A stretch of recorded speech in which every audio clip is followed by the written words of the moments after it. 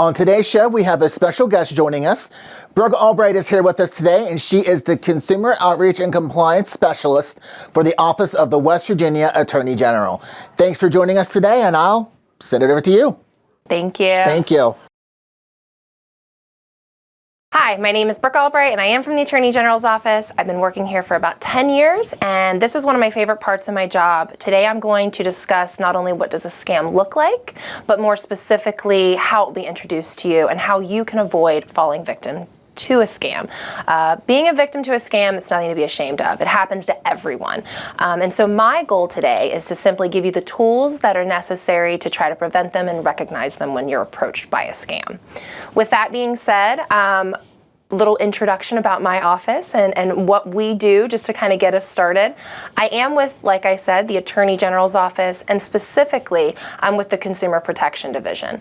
Our job within the Consumer Protection Division is exactly what it says, to protect consumers. When you fall victim to a scam, don't feel embarrassed or ashamed. Call our office and let us help you through the process. We might not be able to get your money back, but we can certainly help you to the best of our ability and certainly charge you with more knowledge to not let this happen again in the future. So what do we do? The Attorney General's office, we are the Chief Legal Officer for the state of West Virginia, meaning that it's our job to protect the rights of West Virginia consumers. And so as the Consumer Protection Division, if you as a consumer feel that someone or something has taken advantage of you, scammed you out of your money, sold you a good or service, and that good or service was not rendered properly, call our office. You have rights within our office and as a West Virginia resident. And our job is to enforce the law to the best of our ability and protect you as the consumer. So we are literally who you call if you get scammed. With that being said, what is a scam? What's a scam look like? A scam is simple. A scam is anyone who's trying to take advantage of you, lie to you, or deceive you to take your own personal property, money, anything that you own. They want it and they want to take it from you, and they're going to do anything they can, usually very malicious and misleading, in order to obtain it. Sometimes scams are not always someone calling you and pretending to be someone that you've never met before, which is kind of the stereotype we think of when we think of scams. Someone who doesn't know you and just completely called you on random and is trying to steal your money. That's not always the case. And in this presentation, my goal is to help you identify what a scammer truly looks like, as opposed to just the fantasies in our head. Scammers will want the following information: your name, your date of birth, your address, your banking or credit card information, and any identifying numbers like a social security number. Now, a lot of people say, Brooke, I know not to give that information, but unfortunately, it's 2023, and technology is getting just as smart as we are. And so our job is to keep up with technology and the scammers. And because technology is so good, your name, your date of birth, your address, this is all public information on the web. Anyone can find it. So they really essentially have so many parts of what it takes to steal your identity just by searching you online. And that's why when we discuss social media scams, I'll discuss the importance of not sharing too much on social media and filling in the blanks for a scammer. So now I want to go over very briefly the top scams in West Virginia. I'm going to describe what they look like, how they approach you, and then what you do should it occur. The IRS scam. The IRS scam, I have been doing this, like I said, for 10 years. And in 10 years, it's always going to be around because it works. You're going to hear a lot of it during tax season, which is coming up after the first of the year and the holidays. And so essentially what this looks like is someone will either send you snail mail, leave you a voicemail, pretending to be from the federal government. They're not. And they're telling you you're not paid up on your taxes, or you've done something that's going to cause you to be put in jail by the IRS. Now, I pay my taxes and I pay a CPA to take care of that. But if you call me and say, hi, I'm the federal government, and I'm going to put you in jail right now. And they'll even go so far as to pretend to be an actual officer, and they might even do a little research and name a local officer just to make themselves feel more compelling. Don't fall for it. The IRS does not arrest you for paying your taxes on a quick phone call. Hang up the phone, take a deep breath, and call our office. We will help you determine whether this is a real problem with the IRS or if this is a scam. The IRS will contact you, of course, if you owe something, but they would not be aggressive like that and threaten to throw you in jail. So always remember that. So when you're dealing with any type of scam like this, whether it's the IRS or anyone calling you and threatening you essentially and saying you're in big trouble if you don't do this right now, take a breath and remember, that's not how the world works. That they're not going to call you and threaten you like that. Take a breath, call our office, and let's figure it out together. And I'll give you all the numbers for that at the end of the presentation. But the biggest thing to remember with the IRS scam, don't panic. It'll work out. You're not going to jail right now, and we will figure this out together. And number two, if someone calls you randomly and threatens you like this, that's not how the IRS works. If you truly weren't paid up, they would send you a letter. It would look a lot more official than that, and it certainly wouldn't be a local police officer coming to throw you in handcuffs. So just calm down, take a breath, and remember, this seems a little weird, and it is. The next scam I want to talk about is social media scams. This is very prevalent, and anyone who's been on social media has seen a scam like this because they're everywhere. Couple things to keep in mind. Number one, whatever you put on social media is officially out there. Once you put any personal information about yourself on your social media accounts, Twitter, Facebook, Instagram, whatever that may be, once you put it out there, it's out there. So the number one rule to think, before you post it, think to yourself, would I want everybody to have this information? And let me give you a good example. Something that can seem so innocent can really cause a lot of problems. Most of us live in small towns in West Virginia, right? And we know our neighbors. And like I said earlier, scammers do not always look like a stranger or someone who's never met you. Sometimes, unfortunately, a scammer could be someone who knows you left for vacation. And if you're posting on Facebook and social media how wonderful your 10-day vacation is and you're out of town, you just told everybody in your small town your house is empty, go rob me. So that's one thing to keep in mind. Number two is you also just told everybody your location. That's so dangerous in itself. But even furthermore, you're giving people a blueprint on your habits in your life. You're making it easier for them to essentially become you and obtain your identity. So when you put something on social media, there's no reason to have your full birthday on there. I know everybody likes to be told happy birthday on social media, but putting your full birthday on there completely opens you up to identity theft. So think twice before you do that. Another thing is putting your full legal name, putting your address, things like this type of information, even though they are common knowledge on the web, let's not make it easier for scammers. Let's not put that information out there. Keep it to yourself. Keep it personal. With that being said, we want you to share. Social media is a wonderful place to see family and friends who you might not live near. I have an aunt who lives in California, and it's the way that I keep posted on her kids and her grandkids, and it's a wonderful tool. With that being said, it also opens you up to scams. And so when you're on social media, please, I urge you to look into your settings and your privacy settings. Make sure that when you are posting, everything's as private as possible. And if you don't know what that means, call me, call our office, and I'm happy to sit down with you and explain that further. But essentially what I mean by that is when you don't have things as private, it makes you easier to duplicate and to pretend to be. And so if you have a public profile and you have too much information about yourself, that is the type of profile that a scammer will not hack into. Your password's safe. They will duplicate your profile, they will add all your friends, and then they will ask your friends and family for numbers. So really, sometimes you're protecting your own friends by not giving too much information and allowing yourself to be set up for scams.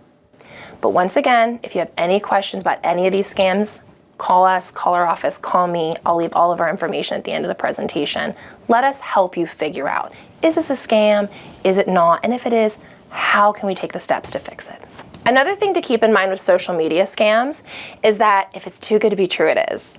So a lot of times social media scams, any type of scams where they're claiming that you can win or obtain some sort of prize or good that's valued much higher than it's truly worth.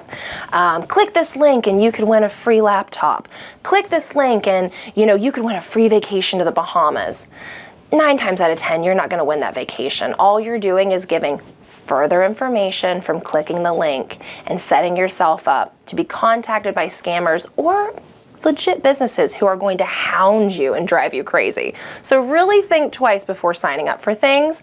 The next scam I really want to talk about is the You've Won scams. This is the Publishers Clearinghouse scam. This is anything where someone contacts you, whether via phone, snail mail, email, in any way. Someone's contacting you and they're telling you, congratulations, you won.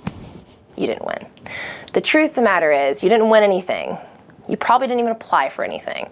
So the first thing I always tell people when they call me and they say, Brooke, I think I won $1 million, but can you make sure it's a scam? My first question is, did you apply to win this prize? And 9 times out of 10, people say, well, I could have, and I just don't remember. Okay, you can't win a prize if you don't apply. You can't be a Publishers Clearinghouse winner if you don't apply for Publishers Clearinghouse. You can't win the lottery if you don't apply to win the lottery. So the first step is, did you apply to win this prize? And if your answer is no, it's a scam. The second thing to remember is, if it's too good to be true, it is. 9 times out of 10, a You've Won scam is if it's too good to be true, it is. You might have won something, but it might cost more than you're willing to pay to obtain the prize. And so whenever someone says, you won, congratulations, stop, take a breath, and remember, is it too good to be true? Probably is. And another thing is, if you're convinced that you've won $1 million and you need someone to break your heart, call the Consumer Protection Division, call me. I'll look at this prize you won. I'll look at the documentation they sent you and I'll tell you whether you're a millionaire or not. I guarantee you're probably not a millionaire, but I will certainly do my due diligence to make sure you're not before we eliminate the prize. Furthermore, when You've Won scams come into play, another way to identify that it's a scam versus real is if someone says, you won this prize, you just have to send $100 shipping and handling, or you have to send something to receive the prize. Now, the real Publishers Clearinghouse, the real lottery, anything like that, you obtain the prize before paying any taxes or any kind of monetary or any funds whatsoever. That's where the scam lies. And so if someone calls and says, you won this, you just have to send taxes, which is 2% of the prize in, and we'll send you the check. Red flag all day. If you truly want it, you should not be sending anything, especially money, in order to obtain it. So the Microsoft technical support scam. This is one that was really prevalent a few years ago, but it certainly hasn't gone away. So the Microsoft technical support scam, you'll get contacted usually by phone or email, and someone will say, hey, this is Microsoft. Thanks for buying one of our computers. We've noticed there's some malware or there's something wrong with your computer. Please go to it, give us your serial numbers, and we'll fix it for you. No. First of all, I don't care how nice a computer you bought. No one's going to call you and tell you there's something wrong with it. That's something you usually have to figure out for yourself the hard way. Number 2, they're not going to fix it for free. Unfortunately, usually having a computer repaired costs money, and it costs a lot of money to have a computer repaired, and it can be a pretty expensive task. So the real goal of the scammer is what they're trying to do is they're really smart and they're using good technology. By getting just a little bit of information off your computer, they can actually remote access your desktop. And what I mean by that is they're literally hacking into your computer, and they're going to be fishing around in your computer, and they're going to be looking for things that they really want. So for example, if you hack into my laptop, I pay all my bills. I pay all my bills on there, all my passwords are on a spreadsheet. We have a lot of personal information on our laptops stored every day. And that's okay because they're our personal laptops. While you should always have that information backed up, just for safety, it's very easy for someone to get into a laptop and steal some pretty vital information. So the Microsoft technical support scam is pretty simple. They hack into your computer, they look around, they try to find things, and if they can't, they will then put something in your computer, lock it up, and hold your computer kind of ransom a little bit until you pay to actually fix the real problem now. So with that being said, just like the other scams, if someone contacts you wanting personal information about you, your computer, your information, your phone, whatever that may be, if someone contacts you wanting personal information about you, even if you have an account with that business, stop what you're doing. Hang up the phone, don't answer the email. The next step is to call our office, Tell us your experience. Let us know what's happening and let us help you decide, is this a real business trying to contact you or is this a scammer? And let us help you figure that out. So those are the top scams in the region, and now I just want to break it down a little bit further on top tips to avoid scams. These are kind of the takeaways. If you remember nothing else we said today, remember these takeaways. Number 1, wiring money. Don't do it.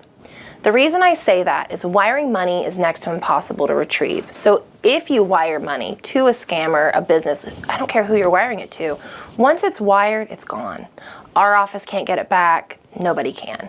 Wiring money is very difficult to trace and to obtain back. So if you wire money, if you send it in a money wire, transfer, MoneyGrams, anything like that, gift cards, it's gone. Please don't send money to someone you don't know using those practices because they're usually scammers and we usually can't get your money back. And that's the hardest part of my job, is calling someone and telling them, I'm sorry you fell for this scam and I'm also sorry that your money's gone. Number 2, register your phone number with the do not call list. And we'll put the number on the screen and the link for that so you know how to do it. If you can't figure it out, once again, call me, call our office. It's a very simple and free service for people. It doesn't get all the calls. Being on the do not call list does not ensure you won't get any more scam calls. But what it does, it dramatically decreases the number of unwanted calls you're getting, thus less likely chance for you to pick up a scammer's call. So it's still a good practice. It's not perfect. You're still going to get calls, but it really eliminates a lot of calls coming through because it's a literal list created by the federal government of known unsavory businesses and scammers. And so if they try to call you, they'll be blocked. We've already discussed this with the social media scams, but setting privacy controls on your computer, on your settings, making sure that only your friends and family that you truly want to see your information can see it. It's not foolproof. You still shouldn't overshare on social media, but it's one way to just take an extra layer of precaution to try to save yourself and your information. File your tax returns ASAP. I can't tell you how often our office gets calls every year during tax season saying, oh my goodness, I think I've been scammed. Someone filed my tax return for me. That's actually a really common practice. Filing your tax return as soon as possible and getting that documentation in, just kind of make sure a scammer can't do it for you. Because those of you who are obtaining tax returns as opposed to owing every year, that can be a lot of money that a scammer is getting from you pretending to be you. So file your tax returns ASAP and really be diligent about your financial information. The other big thing that you can do, shred any financial information, any documents, any statements before you put them in the trash. I know that might seem like kind of an extra silly step, but shredding information before it goes in the trash is actually giving it less likely to be dug out of your trash and used as your identity. I know it sounds kind of gross to think someone might dig through your trash and last Thursday's spaghetti to get an old bank statement and try to steal your identity, but unfortunately, it happens. So shred information, tear it apart, never just put statements and stuff like that in your trash and put it on the side of the street. Unfortunately, people do dig through that stuff, and that is a common practice for people to steal identities. Review your credit report for any questionable changes. You can get a free credit report once a year from one of the 3 major agencies, and we can put those links as well on here. You can do that for free once a year without it affecting your credit or your score. And you really want to do that. And the main reason for that, it gives you an in-depth and total of all of the debt that you currently have. It gives you a breakdown of anything you currently owe, any credit cards out there. And it's just a way to make sure that the credit cards that are currently being used are truly being used by you. You want to make sure no loans, credit cards, anything like that have been taken out under your information without your knowledge. And another thing, I really recommend you doing that for your children as well. A lot of times people will steal a child's social security number and identity before an adult, because how would you know if someone's running credit card debt up on your 4-year-old? You'd never know, right? Until they apply for a credit card and their credit history is completely wrecked. So don't just do it for yourself. If you have children, grandchildren, I recommend doing it for them as well. And then finally, if you leave town to go on vacation, have a wonderful vacation. Don't post about it on social media, and make sure your mail in your mailbox is tended to if you're gone for too long. Have a neighbor pick it up, have the post office forward it, whatever works for your schedule. Do not leave mail in your mailbox for a long period of time. Just like before, makes it easy for people to steal, and there's a lot of good information in those mailboxes. So keep that secure. Finally, if you have any more questions or need any more information about anything we've discussed, please call me at 304-777-9906, or you can call our consumer division at 1-800-368-8808. Thanks so much, and I hope this was helpful.